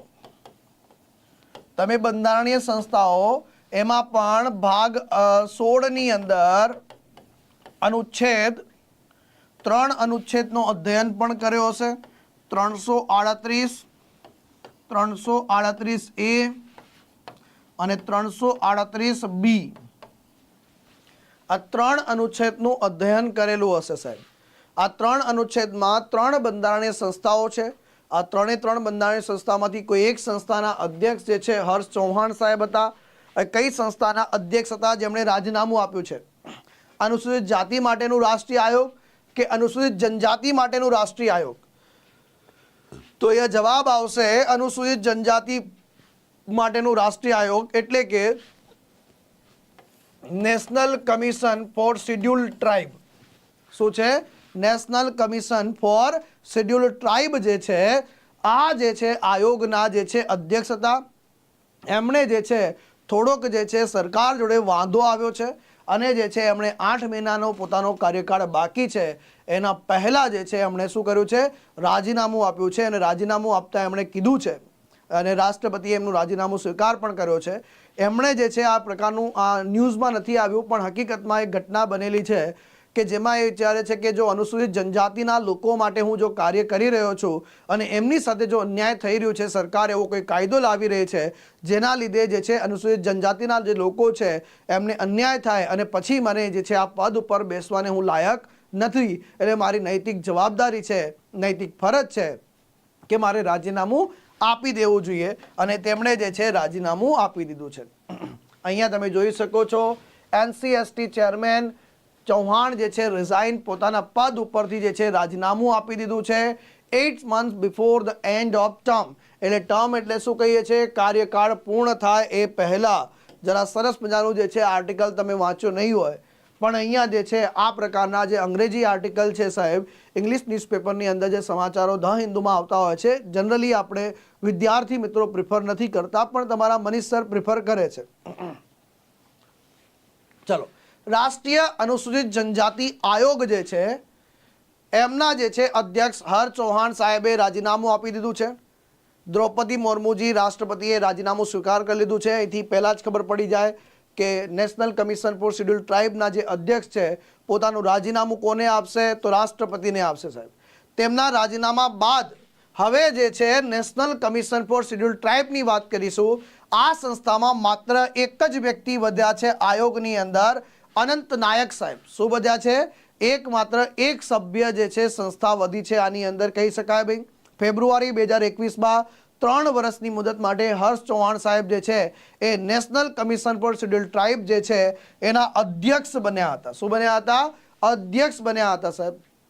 ચૌહાણ સાહેબની વાત કરીશું. મધ્યપ્રદેશમાં આદિવાસીઓ માટે વ્યાપકપણે એમણે કાર્ય કર્યું છે. અખિલ ભારતીય વનવાસી કલ્યાણ જે છે આશ્રમ સહિત જે છે અલગ અલગ સંસ્થાઓ સાથે જોડાયેલા છે. અહીંયા નોંધ ધ્યાનથી સાંભળજો. નવા વન સંરક્ષણ નિયમો જે 2022 આવ્યા એના અંતર્ગત જે છે પ્રોજેક્ટ ક્લિયરન્સને પ્રાધાન્ય આપવામાં આવ્યું છે. અને હર્ષ ચૌહાણ સાહેબનું માનવું છે કે કેન્દ્ર સરકાર જે છે નવા વન સંરક્ષણ જે નિયમો લાવી છે એ જે છે વન અધિકાર અધિનિયમ 2006નું ઉલ્લંઘન કરી રહ્યું છે. શું કરી રહ્યું છે? વન અધિકાર અધિનિયમનું ઉલ્લંઘન કરી રહી છે. અને એટલા માટે જે છે એમણે શું કર્યું છે? સરકારને પત્ર પણ લખ્યો હતો કે તમે જે આ નવા વન સંરક્ષણ નિયમો લાવ્યા છો એ જે છે આપણા વન અધિકાર નિયમો જે છે 2006ના એ અધિનિયમ જે છે એનું ઉલ્લંઘન કરી રહ્યું છે. મહેરબાની કરીને આવું કંઈ પ્રોજેક્ટને પ્રાધાન્ય આપવા માટે જનજાતિ સમુદાય સાથે જે છે અન્યાય ન કરો, એમની સાથે અન્યાય થશે અને જે છે એમ કરીને એમણે પત્ર લખ્યો હતો પણ સરકારે એમની વાત સાંભળી નથી. અને ફાઇનલી જે છે એમણે હારીને શું કર્યું છે ભાઈ? તો રાજીનામું આપી દીધું છે. શું કર્યું છે? રાજીનામું આપી દીધું છે. પણ તમને બધાને ખબર છે એમ કે આપણે જે છે ડેલી, ચલો આગળ સિલેબસ, તમારા સિલેબસમાં બંધારણીય સંસ્થા તમે ભણો છો? હા કે ના? તમે તમારા સિલેબસની અંદર બંધારણીય સંસ્થાઓનું અધ્યયન કરો છો? હા. તો તમારે ડિટેલની અંદર ભણવું છે ભાઈ. બહુ સારી રીતે જે છે તમને આપણે જે છે આજે national Commission for Scheduled tribe આખો આયોગ જે છે તમારે ભણવું છે તો હું ભણાવી દઉં ભાઈ. રેડી છો બધા? તો હું ભણાવી દઉં.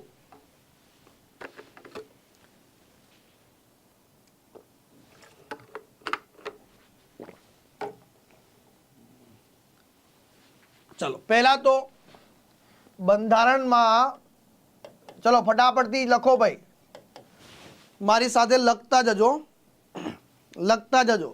બંધારણમાં છે ભાગ 16 સાહેબ, બંધારણમાં છે ભાગ 16. ભાગ 16 ની અંદર સાહેબ 3 અનુચ્છેદ મહત્વપૂર્ણ છે આપણા માટે. એક છે અનુચ્છેદ 338, એક છે અનુચ્છેદ 338A અને ત્રીજો અનુચ્છેદ જે છે અનુચ્છેદ 338B.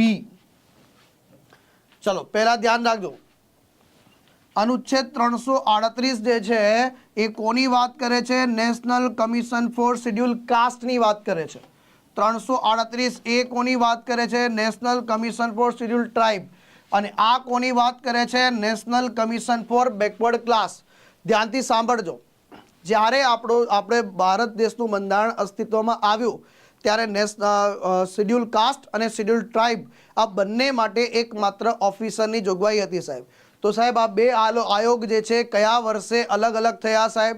તો ધ્યાન રાખજો ભાઈ, આ બંને આયોગને અલગ અલગ ક્યારે કરવામાં આવ્યા? તો 89માં બંધારણીય સુધારા 2003માં આ નવો અનુચ્છેદ ઉમેરીને national Commission for Schedule cast અલગ કરવામાં આવ્યું, national Commission for Schedule tribe અલગ કરવામાં આવે છે.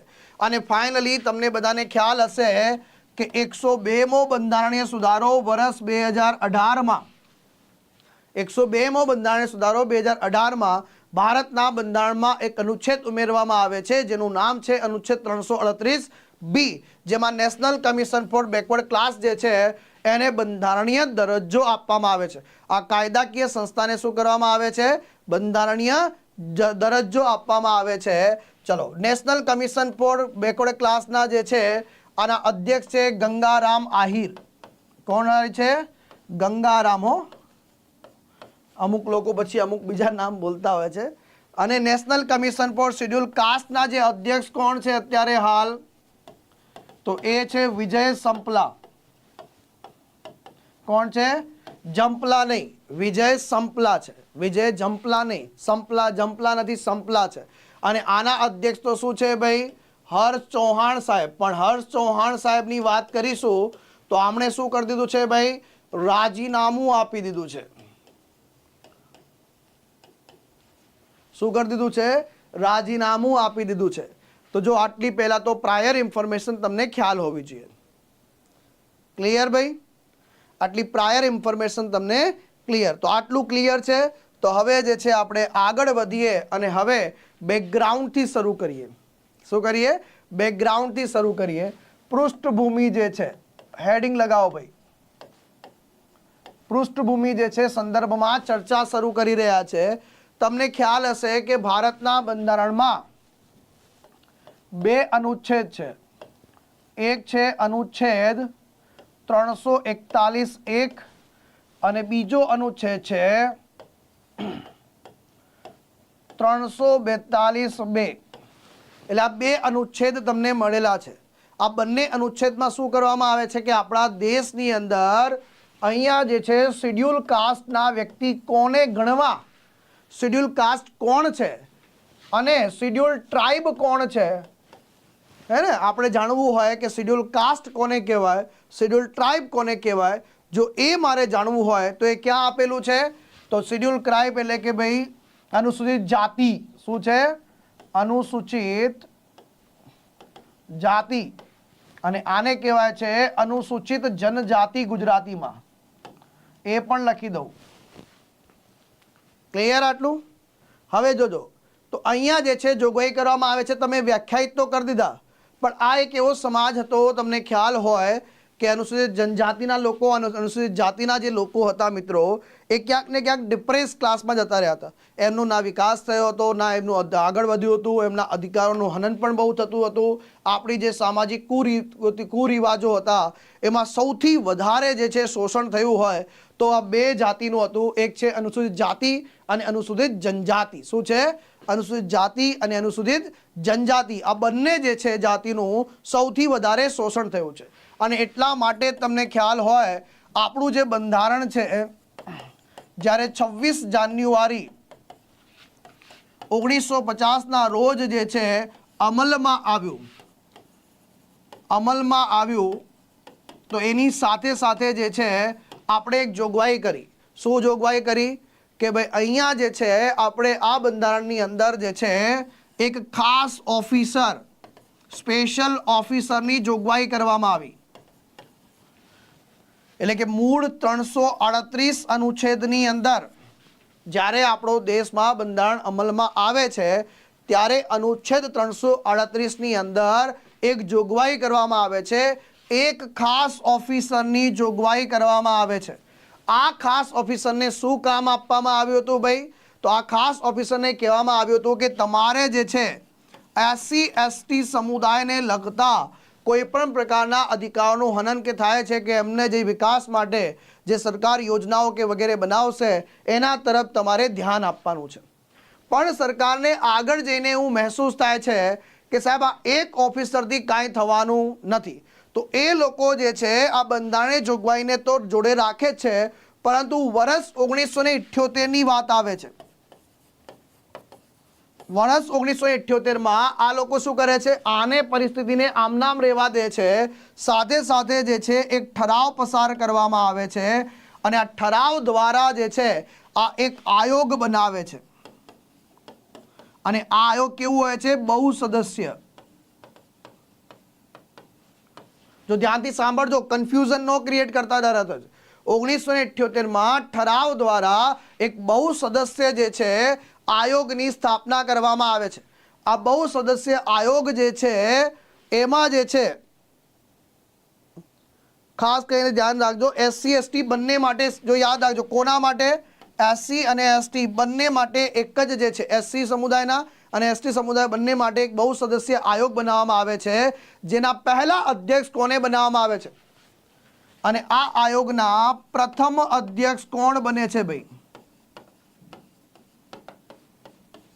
આ આયોગના પહેલા અધ્યક્ષ કોણ બને છે? તો આ અધ્યક્ષનું નામ પણ જોરદાર છે ભાઈ. એ અધ્યક્ષનું નામ છે ભોલા પાસવાન શાસ્ત્રી. ભોલા પાસવાન શાસ્ત્રી. ધ્યાનથી સાંભળજો, જીપીએસસીની PYQs ને જો ફેદશો તો એની અંદર તમને આ પ્રશ્ન જોવા મળશે. બહુ સદસ્ય આયોગ એટલે કે આમાં 1+4 એટલે એક અધ્યક્ષ અને 4 સભ્યોની જોગવાઈ કરવામાં આવે છે. એક અધ્યક્ષ અને 4 સભ્યોની શું કરવામાં આવે છે? જોગવાઈ કરવામાં આવે છે.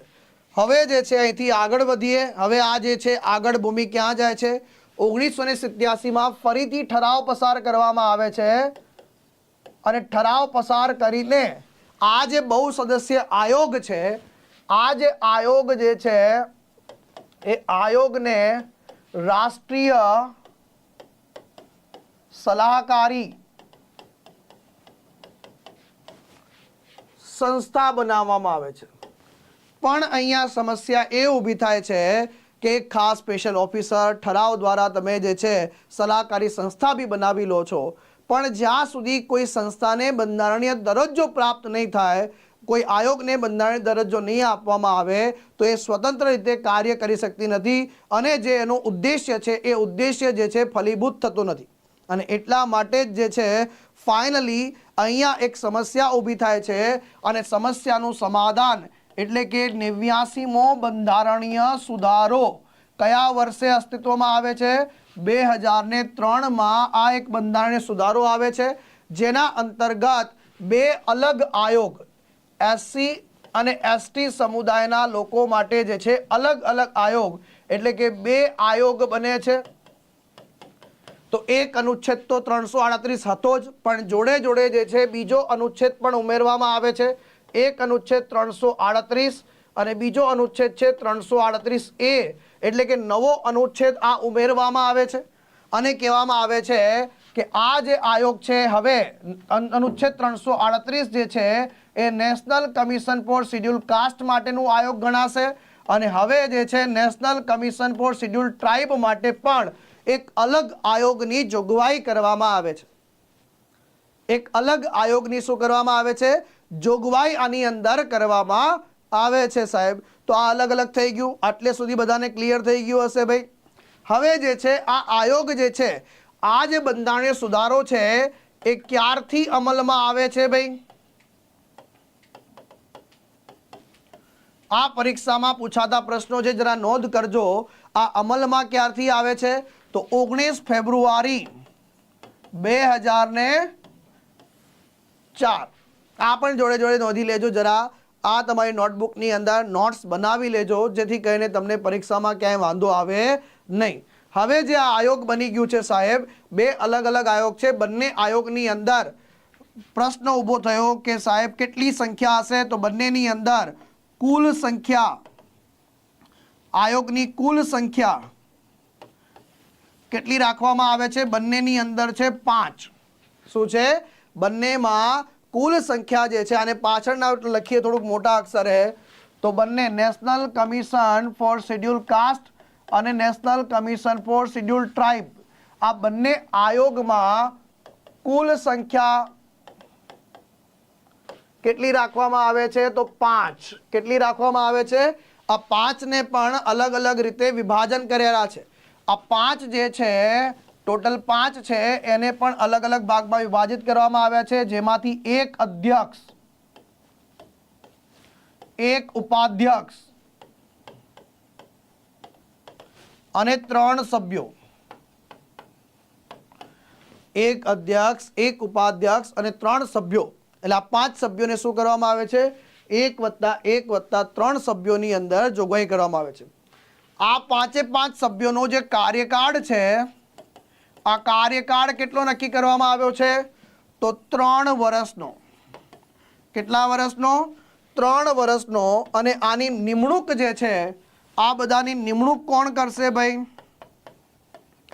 તો નિમણૂક આપણા મહામહિમ રાષ્ટ્રપતિ દ્વારા કરવામાં આવશે. શું કરવામાં આવશે? નિમણૂક આપણા મહામહિમ રાષ્ટ્રપતિ દ્વારા કરવામાં આવશે. આટલે સુધી તમારું ક્લિયર થયું હશે એવી આશા રાખું છું. ને આગળ આપણે જે આમના સંદર્ભમાં જે માહિતી છે એને કવર કરવાની છે.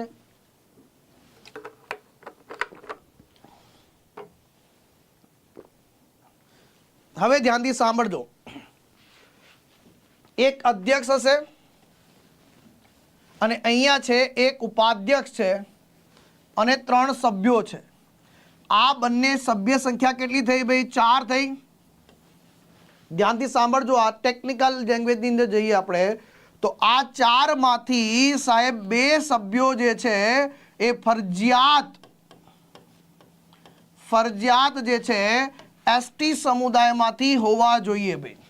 શું જોગવાઈ કરવામાં આવે છે?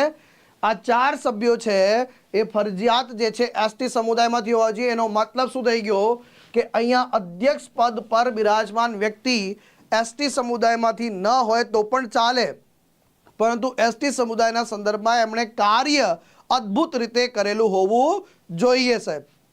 આટલી એક બાબત ક્લિયર થઈ. આ ઉપરાંત આ 4 માંથી 2 શું હોવા જોઈએ? ફરજિયાત. અને 5 માંથી ઓછામાં ઓછી 1 મહિલા હોવી જોઈએ. શું હોવી જોઈએ? ઓછામાં ઓછી 1 મહિલાની જોગવાઈ આની અંદર કરવામાં આવેલી છે. આ બધી નાની નાની ડિટેલ છે. અને આ બધી ડિટેલ તમને હેરાન ક્યાં કરે ખબર છે? જ્યારે જીપીએસસી અથવા તો ક્લાસ 3ની નવી પદ્ધતિમાં જ્યારે વિધાન વાક્યો આ લોકો બનાવે છે, ત્યારે આ પ્રકારના ડીપર જઈને તમને પ્રશ્નો પૂછતા હોય છે. ત્યાર પછી જો આગળ વધી જાઉં અને આગળ વધીને વાત કરું કે હવે આમનો જે કાર્યકાળ કેટલો નક્કી કરવામાં આવ્યો ભાઈ, આપણે વાત કરી તો આમની જે મુદત છે એ કેટલી છે ભાઈ? 3 વર્ષની છે. હવે આમને જે છે ફરી નિમણૂકને પાત્ર રહેશે. તો યસ, ફરી નિમણૂકને પાત્ર છે, પરંતુ યાદ રાખજો ફરી નિમણૂકને પાત્ર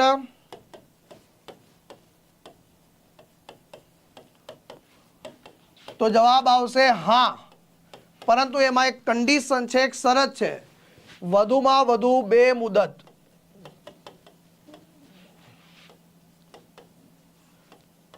એટલે કે પરીક્ષામાં પેપર સેટર થોડું એડવાન્સ થઈ જાય અને એમ પૂછી લે કે ભાઈ નેશનલ કમિશન ફોર શેડ્યુલ ટ્રાઇબના અધ્યક્ષ તરીકેનો એક વ્યક્તિનો મહત્તમ કાર્યકાળ કેટલો થઈ શકે છે?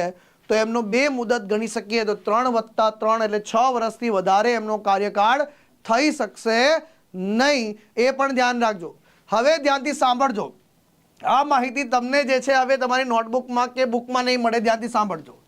હવે જે આ ટોટલ 5 સભ્યો છે સાહેબ, આ 5 માંથી જે એક અધ્યક્ષ છે, એક ઉપાધ્યક્ષ છે સાહેબ, અને 3 સભ્યો છે. એક અધ્યક્ષ છે, એક ઉપાધ્યક્ષ છે, 3 સભ્યો છે. આ અધ્યક્ષને જે છે અલગ અલગ દરજ્જો, બધાને દરજ્જો આપવામાં આવેલો છે. એક અધ્યક્ષ જે છે એને જે છે સાહેબ કેન્દ્રીય કેબિનેટ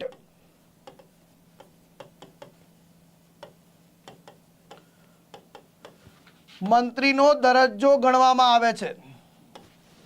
તો આને કોના સમકક્ષ ગણવામાં આવે છે? તો કેન્દ્રીય કેબિનેટ મંત્રીના દરજ્જાની સમકક્ષ જે છે દરજ્જો આપવામાં આવે છે. ઉપાધ્યક્ષને જે છે કેન્દ્રીય રાજ્ય મંત્રી નો સમકક્ષ દરજ્જો પ્રાપ્ત થાય છે. અને જે આ બધા સભ્યો છે એમને કયો દરજ્જો આપવામાં આવે છે? સચિવ કક્ષાનો દરજ્જો આપવામાં આવે છે. એટલે એ લેવલનું પદ જે છે ગણવામાં આવે. શું ગણવામાં આવે છે? એ લેવલનું પદ જે છે ગણવામાં આવે છે. એ પણ ખાસ ધ્યાન રાખજો.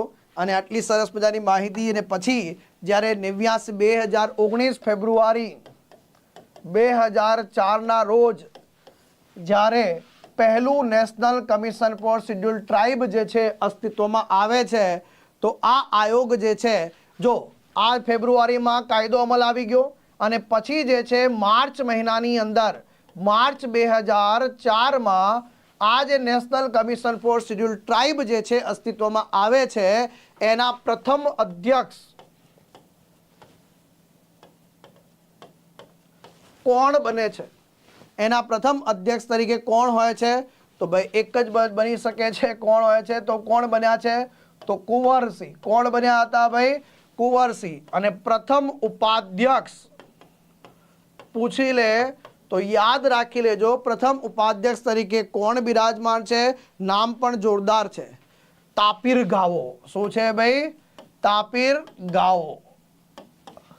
અદ્ભુત નામ છે. તો આ સરસ મજાની માહિતી છે National Commission for Schedule tribe. હવે જે છે અધ્યક્ષને બધા રાજીનામું કોને આપશે ભાઈ? તો રાજીનામું જે છે એ લોકો કોને આપશે ભાઈ? મહામહિમ આપણા દેશના પ્રેસિડેન્ટને, એટલે કે રાષ્ટ્રપતિને. કોને આપશે ભાઈ? રાષ્ટ્રપતિને આપશે.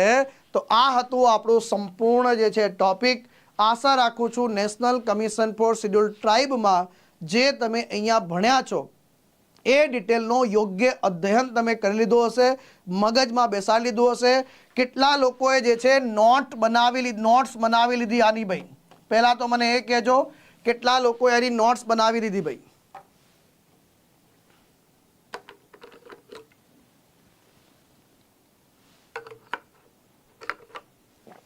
સાથે સાથે કેટલા લોકોએ આની નોટ્સ બનાવી લીધી સાહેબ?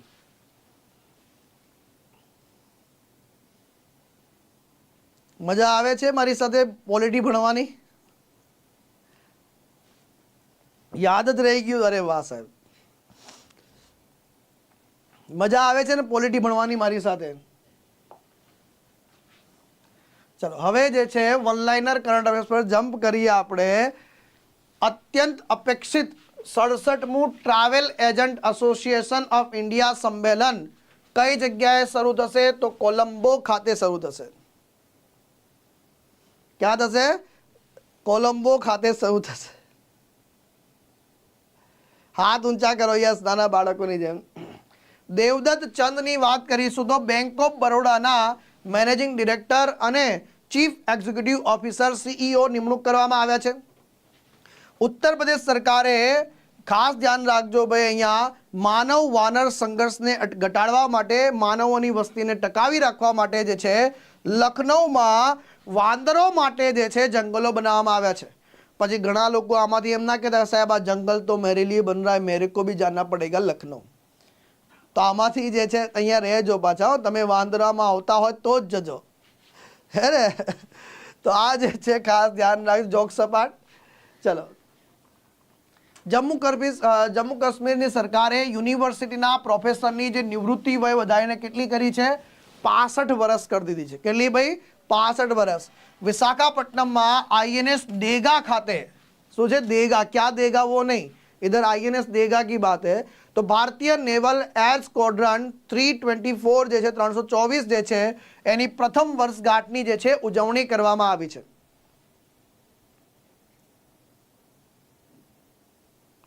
જરૂર જરૂર ભૌમિકભાઈ, સરસ મજાનું સજેશન છે. બસ તમારું એક લાઇક અને શેર હશે તો મને બહુ મજા આવશે. તમે લાઇક અને શેર કરતા રહેશો. જો તમે મને ડેલી 500 લાઈવ છોકરા આવી જાય ને તો આપણે સાહેબ ડેલી તમને જે છે પોલિટીનો ટોપિક કરાવી દેવાનો. જે દિવસ તમે 500 કરો એ દિવસ તમે કોઈ ટોપિક ભણાવી દેવાનો પોલિટીનો.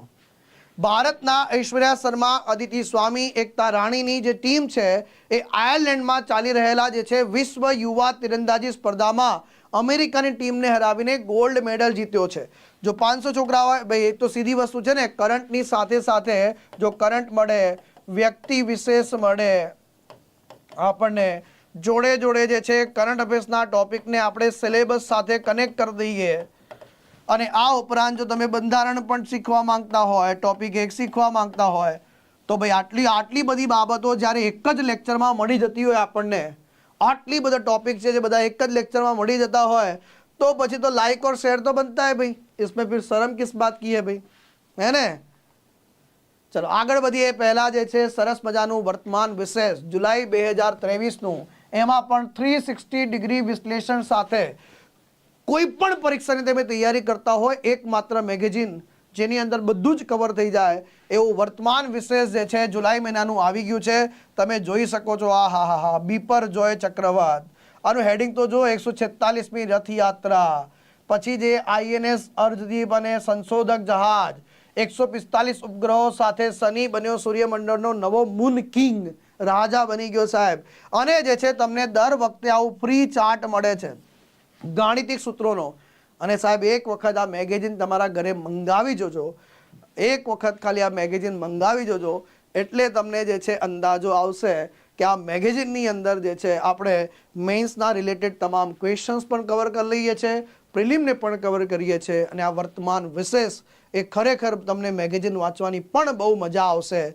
તો જેટલા પણ વિદ્યાર્થી મિત્રો મંગાવવા માંગે છે, આ ઓનલી વોટ્સઅપ હેલ્પલાઇન નંબર છે. આ ઉપરાંત તમે websankuल.org આપણી વેબસાઇટ અથવા તો વેબસંકુલ એપ્લિકેશનમાં જઈને આપણા આ મેગેઝિનને ઘરે મંગાવી શકો છો. 100 રૂપિયાનું મેગેઝિન છે અને એમાં કોઈ કુરિયર ચાર્જ તમારા ઉપર લાગતો નથી. કુરિયર ચાર્જ કોઈ લાગતો નથી. તો બધું જ જે છે આ સરસ મજાનું મેગેઝિન છે એને તમે ઓર્ડર કરી શકો છો. સાહેબ અમારે જૂના મેગેઝિન મંગાવવા હોય તો જૂના પણ તમે મંગાવી શકો છો તમારા ઘરે. ક્લિયર છે? તો આ હતા આપણા આજના દિવસના મોસ્ટ આઈએમપી કરંટ અફેર્સની સાથે સાથે આપણે જે જરૂરી મુદ્દા હતા એની ચર્ચાઓ કરી છે. જોડે જોડે બંધારણનો પણ ટોપિક તમને કવર કરાવી દીધો છે. તો મળીશું આપણે નેક્સ્ટ લેક્ચરમાં. ત્યાં સુધી મને રજા આપો.